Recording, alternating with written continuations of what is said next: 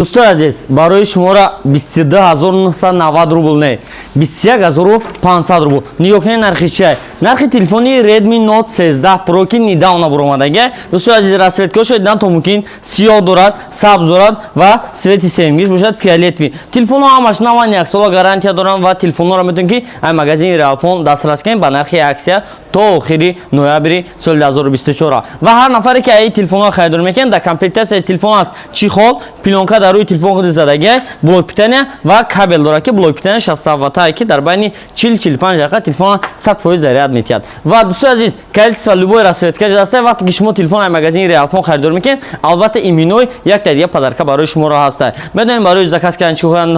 چیکو کردن را کار رقم در روی اکران به ما همین رقم در واتساپ میرسید دستافک به همه شهرهای هم توجیکستان و هم روسیه روان میکنیم خودتون اطلاع کنید که شما بود ریالفون چیزای اورجینالش مونده پیشنهاد میکنند